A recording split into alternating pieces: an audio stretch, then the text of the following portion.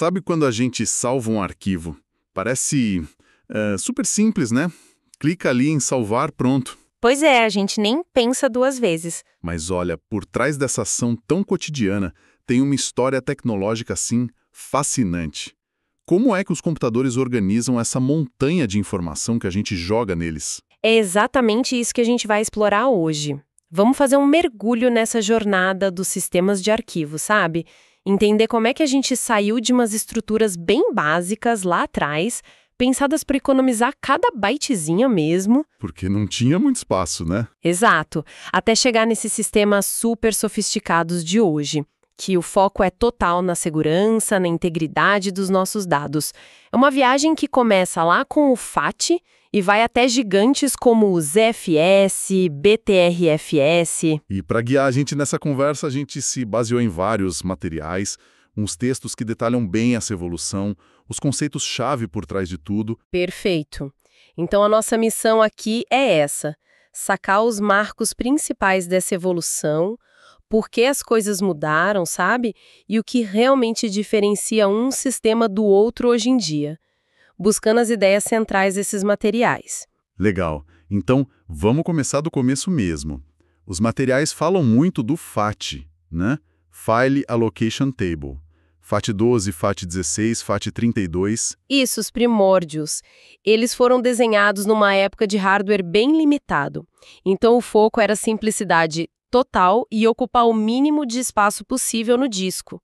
Uma abordagem bem diferente do que já estava começando a aparecer no mundo Unix e Linux, imagino. Completamente diferente. O pessoal do Unix Linux já pensava na organização de um jeito um pouco mais, digamos, estruturado.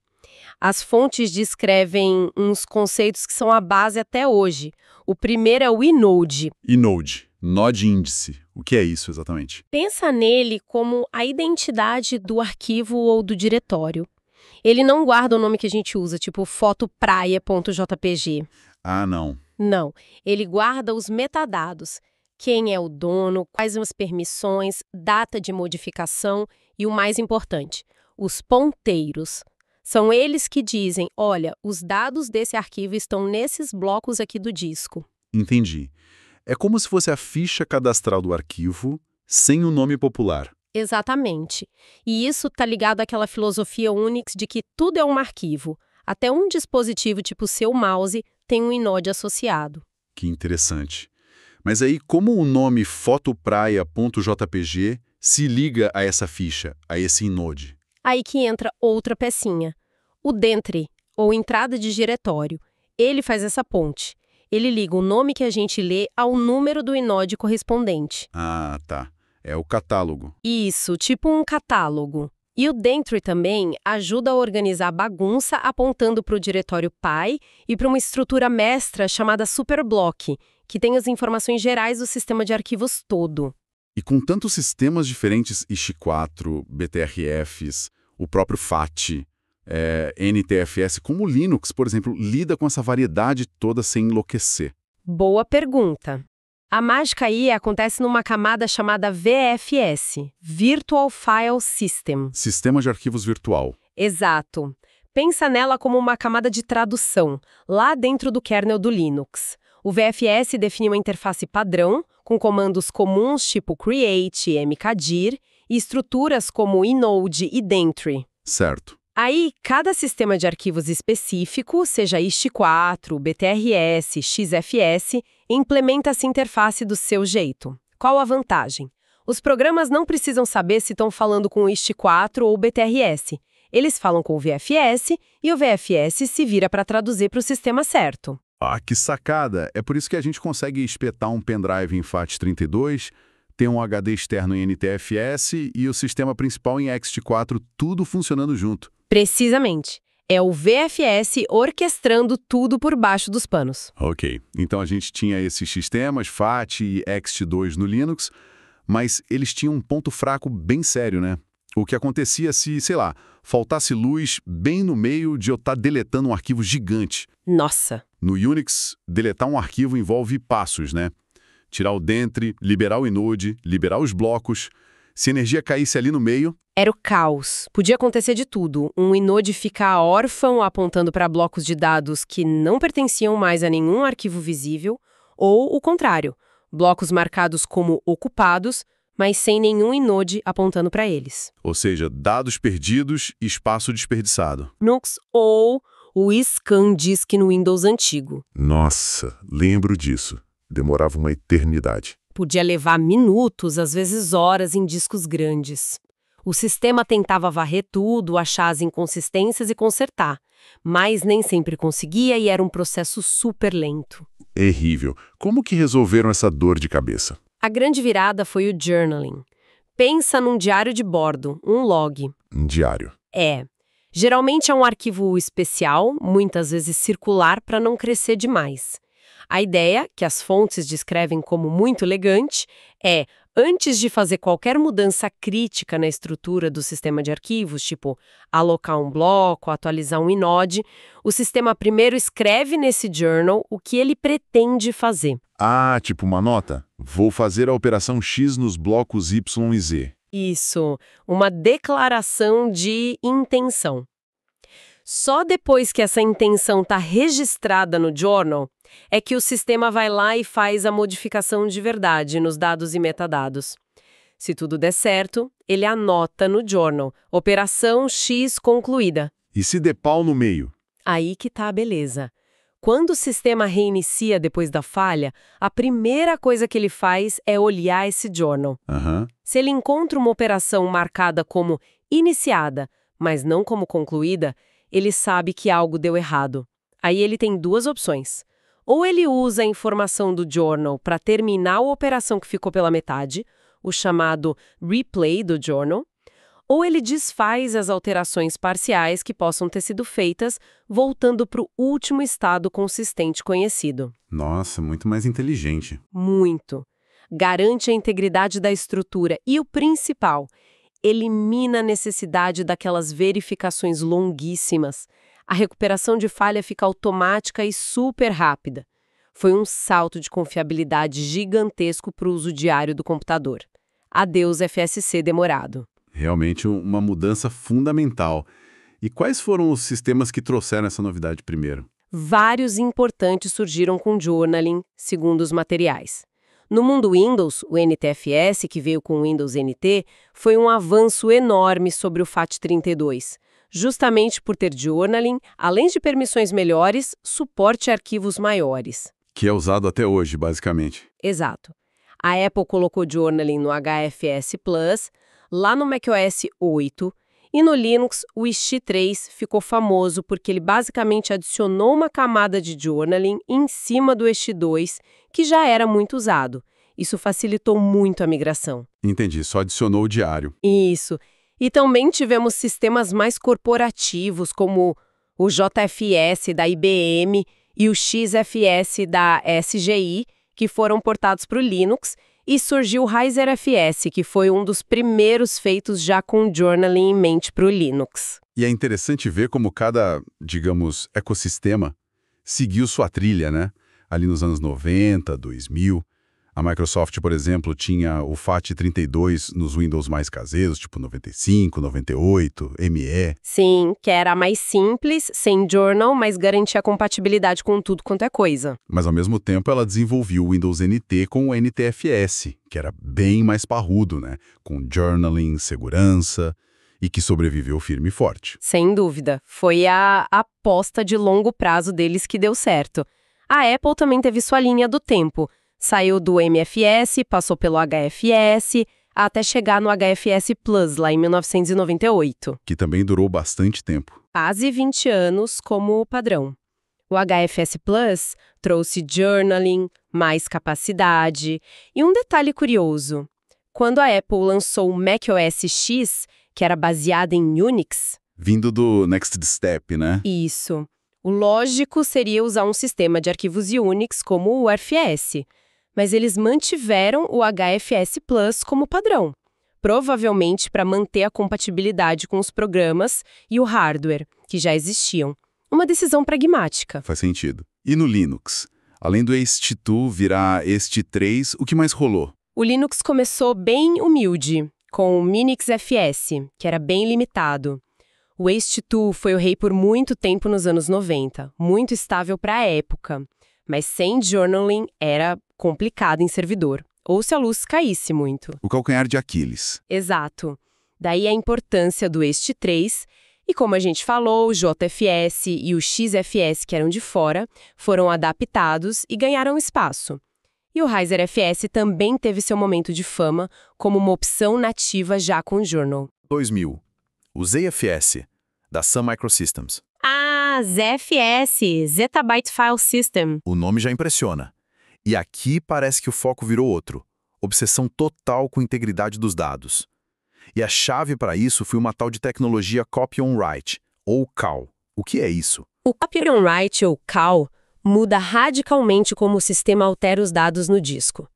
Nos sistemas mais antigos, mesmo com journaling, quando você modifica um pedaço de um arquivo, o sistema geralmente vai lá e escreve os dados novos por cima dos antigos, no mesmo lugar físico.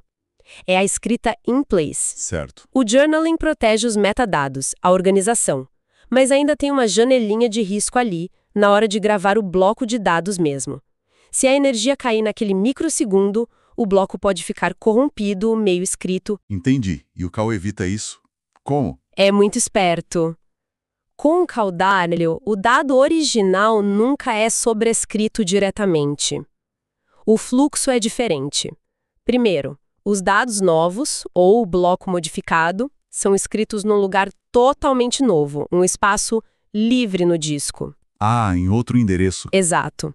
Segundo, só depois que essa escrita no lugar novo for confirmada, 100% concluída, é que os metadados, os ponteiros lá na árvore do sistema, que dizem onde está cada parte do arquivo, são atualizados para apontar para esse novo local. E o bloco antigo com os dados velhos? Ele fica lá, intacto, pelo menos por um tempo, ou é eventualmente marcado como livre para ser usado depois. Mas a sacada é, a versão antiga só deixa de ser a oficial depois que a nova versão está completamente salva e validada em outro lugar. Nossa, isso praticamente fecha aquela janela de risco de corrupção durante a escrita do dado em si. Exatamente. Eleva a segurança contra a corrupção a um nível muito mais alto. E essa abordagem CWA não só faz isso, mas abre a porta para um monte de funcionalidades avançadas que eram complicadas ou impossíveis antes. Como o ZFS mostra bem e as fontes detalham. Tipo o quê?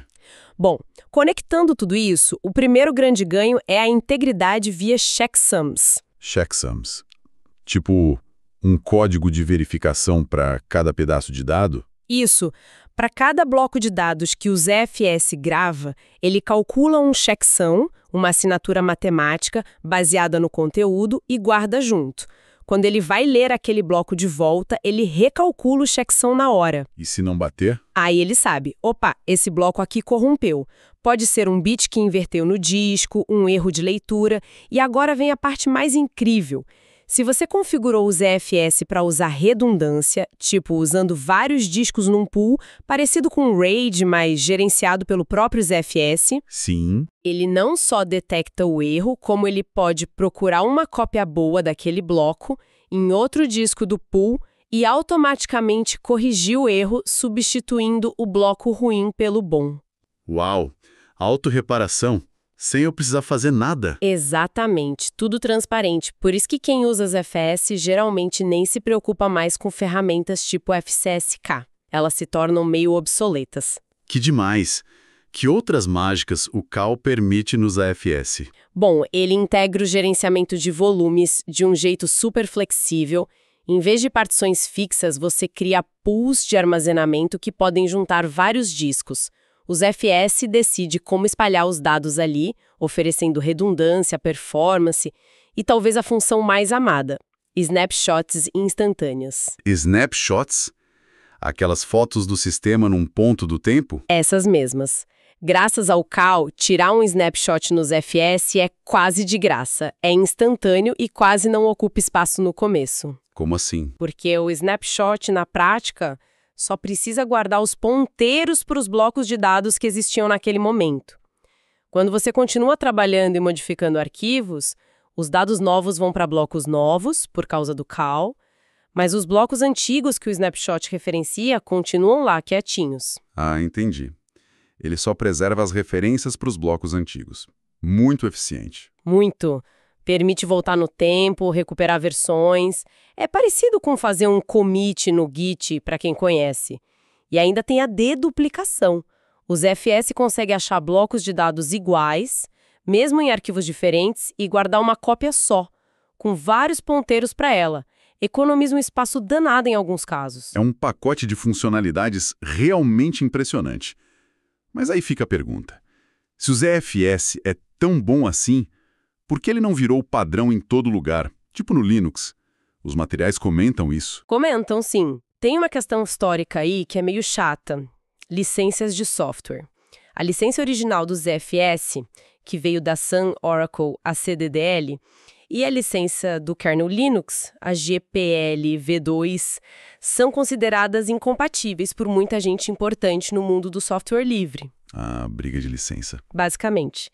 Isso criou uma barreira, meio legal, meio filosófica, para incluir o código do ZFS direto no kernel principal do Linux. Por causa disso, o ZFS achou um lar mais feliz em sistemas com licenças mais permissivas, tipo o FreeBSD, onde ele é super popular. Mas hoje em dia dá para usar no Linux, né? Dá sim. Nos últimos anos, surgiram projetos como o OpenZFS, que meio que unificou o desenvolvimento fora da Oracle, e várias distribuições Linux, como o Ubuntu, começaram a facilitar muito a instalação, oferecendo módulos prontos. Então, hoje é bem mais tranquilo usar ZFS no Linux, embora ainda não venha de fábrica na maioria. Mas o impacto do ZFS foi tão grande que inspirou outros, né? No mundo Linux, o nome que surgiu forte nessa linha foi o BTRF, B3 File System. BTRF? Ouço falar bastante. Ele é tipo o ZFS do Linux? Muita gente vê assim. Ele é considerado por muitos o sucessor natural do ext4, que ainda é o padrão em muitas distros. O BTRF foi feito já pensando em trazer essas funcionalidades tipo ZFS para dentro do kernel Linux, copy on write como base. Ah, ele também é call down. Sim, e com isso vem os snapshots eficientes, gerenciamento de volume integrado, pode usar vários discos juntos, checksums para checar a integridade dos dados e até compressão e deduplicação direto no sistema de arquivos. E ele está ganhando espaço? Tá sim. Distros grandes como Fedora e OpenSUSE já usam o BTRFS como padrão há um tempo. O Ubuntu oferece como opção na instalação. O pessoal que desenvolve o ext4 mesmo reconhece que para colocar certos recursos mais avançados no Linux, o caminho do BTRFS é mais promissor do que esticar mais ainda o ext4. Interessante. E do outro lado, no jardim murado da Apple, eles ficaram no HFS Plus. Que nada! A Apple não dormiu no ponto. Em 2017, eles lançaram o APFS, Apple File System. Ah, o APFS. Isso. É um substituto direto para o HFS Plus, totalmente novo, feito do zero, pensado para os dispositivos deles, do Mac ao iPhone. E olha, segundo as fontes, ele bate de frente ou até supera o NTFS em recursos. Sério? Sim. Ele também usa copy on write ou algo parecido com o que eles chamam de redirect on write. Isso permite aqueles snapshots super rápidos que o Time Machine usa hoje. Permite clones de arquivos que não ocupam espaço extra, é um tipo de deduplicação, tem criptografia forte já embutida e, claro, foco total em integridade, proteção contra a corrupção usando checksums, é bem moderno. Então, se a gente resumir o cenário de hoje, com base nos materiais, X4 ainda é o feijão com arroz sólido de muito desktop e servidor Linux, NTFS domina o Windows, APFS é o dono do pedaço na Apple.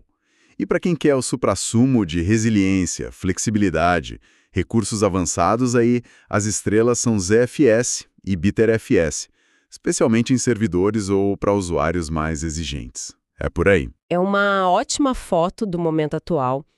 Cada um com seu nicho, seus pontos fortes. E além do sistema em si, tem duas coisas que hoje são super importantes e que as fontes também destacam: segurança e interoperabilidade. Na segurança, uma coisa que virou quase obrigatória é a criptografia de disco completo, o FDE. Ah, sim. BitLocker no Windows, FileVault no Mac. Exato. E Lux no Linux. Isso garante que, se alguém roubar seu notebook, seus dados estão protegidos e legíveis sem a senha. E o legal é que hoje, com aceleração por hardware nas CPUs, o tal do ASNI, a perda de performance é mínima, quase não se nota. E isso resolve também aquela noia antiga de apagar um arquivo não apaga de verdade, né? Resolve totalmente. Antigamente, apagar só marcava o espaço como livre. Os dados ficavam lá, recuperáveis com ferramenta certa. Tinha que usar programa para sobrescrever várias vezes, o que era lento e desgastava o disco, principalmente SSD. Verdade. Com o FDE, a história muda. Se você perde a chave de criptografia ou simplesmente formata e cria uma nova, os dados antigos viram um lixo embaralhado. É um jeito muito mais seguro e prático de garantir que dados descartados não caiam em mãos erradas. Faz todo sentido.